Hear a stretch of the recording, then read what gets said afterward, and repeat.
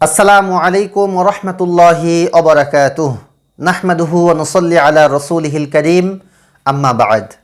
প্রিয় দিনী ভাই ও বোনেরা, আপনারা সকলেই কেমন আছেন? আমি আশা করি আল্লাহ তাআলার অশেষ রহমতে আপনারা সকলেই ভালো আছেন।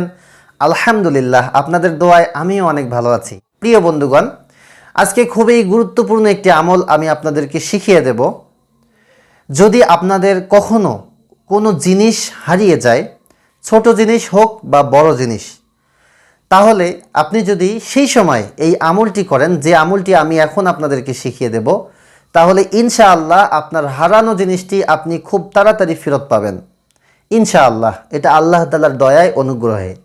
বন্ধুগণ, আপনারা সকলেই একটি দোয়া জানেন, অনেকেই হয়তো জানেন না, তাদের জন্য আমি বলতেছি। দোয়াটি হলো ইন্না লিল্লাহি ওয়া ইন্না ইলাইহি রাজিউন। যে দোয়াটি সাধারণত কোনো দুঃসংবাদ শুনলে বা কেউ মৃত্যুবরণ করলে আমরা এই দোয়াটি পাঠ করে থাকি। তো বন্ধুগণ, এই দোয়াটি আপনাকে পাঠ করতে হবে। কিভাবে পাঠ করবেন সেটাও আমি বলতেছি। যদি আপনার কোনো জিনিস হারিয়ে যায়, যখন আপনি বুঝতে পারবেন যে আপনার জিনিস হারিয়ে গেছে, তখন আপনি প্রথমে 3 বার অথবা 5 বার অথবা 7 বার দরুদ শরীফ পাঠ করবেন। আপনি যে কোনো দরুদ পাঠ করতে পারেন। সবচেয়ে ভালো হলো দরুদে ইব্রাহিম। এটা আপনি পাঠ করতে পারেন, যেটা আমরা নামাজের মধ্যে পড়ি। যদি দরুদে ইব্রাহিম আপনার মুখস্থ না থাকে, তাহলে আমার চ্যানেলে ভিডিও দেওয়া আছে, আপনি ভিডিও দেখে দরুদে ইব্রাহিমটা মুখস্থ করে নেবেন। তো বন্ধুগণ, প্রথমেই কয়েকবার দরুদ শরীফ পাঠ করে নেবেন, 3 বার 5 বার অথবা 7 বার।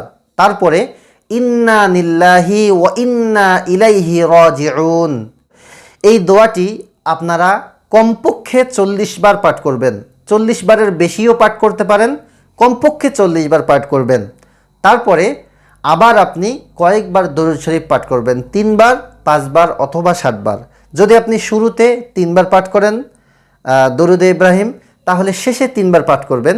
যদি শুরুতে 5 বার পাঠ করে থাকেন, শেষে 5 বার পাঠ করবেন। এবং তারপর সংক্ষিপ্ত আকারে আপনি একটু দোয়া করবেন যে আল্লাহ, আমি আমার যে জিনিসটা হারিয়েছি, আমি যেন সেই জিনিসটা খুব তাড়াতাড়ি ফেরত পাই। আল্লাহ, তুমি আমাকে সেই জিনিসটা ফেরত দাও। এবং তারপরে আপনি মোনাজাত শেষ করে সেই জিনিসটা খুঁজতে থাকবেন। যখন আপনি সেই জিনিসটা খুঁজবেন, তখন আপনি ইন্না লিল্লাহ ইন্না লিল্লাহ ইন্না লিল্লাহ এভাবে এই কালিমাটি পড়বেন এবং খুঁজতে থাকবেন। অথবা পুরো কালিমাটি পড়তে পারেন, ইন্না লিল্লাহি ওয়া ইন্না ইলাইহি রাজিউন, ইন্না লিল্লাহি ওয়া ইন্না ইলাইহি রাজিউন, এভাবে পড়বেন এবং সেই জিনিসটা খুঁজতে থাকবেন। তো বন্ধুগণ, আপনারা যদি এই প্রসেসটা ফলো করেন এবং আপনার হারানো জিনিসটা আপনি খুঁজতে থাকেন, তাহলে ইনশাআল্লাহ খুব দ্রুত আপনি আপনার হারানো জিনিসটা ফেরত পাবেন। বন্ধুগণ, এই আমলটি পরীক্ষিত আমল। এই আমলটি আমি নিজে পরীক্ষা করে দেখেছি। আমি আমার হারানো জিনিস ফেরত পেয়েছি আলহামদুলিল্লাহ। আমি আশা করি আপনারাও ফেরত পাবেন। বন্ধুগণ, এই ছিল আজকের ভিডিও। আমি আশা করি যে এই ভিডিওটি আপনাদের ভালো লেগেছে। যদি ভালো লাগে, তাহলে ভিডিওটি আপনার বন্ধুবান্ধবদের সঙ্গে শেয়ার করবেন। আর আগামী এপিসোডে আপনারা কোন বিষয়ের উপর জানতে চান, কোন টপিকে ভিডিও চান, সেটাও আমাকে কমেন্ট করে জানাবেন। আর আপনি যদি আমাদের চ্যানেলের নতুন দর্শক হয়ে থাকেন, তাহলে চ্যানেলটি সাবস্ক্রাইব করে পাশের বেল বাটনটি অন করে রাখবেন। ইনশাআল্লাহ, আল্লাহ চাহে তো দেখা হবে পরবর্তী ভিডিওতে। সেই পর্যন্ত আল্লাহ হাফেজ। ওয়াসসালামু আলাইকুম ওয়া রাহমাতুল্লাহি ওয়া বারাকাতুহু।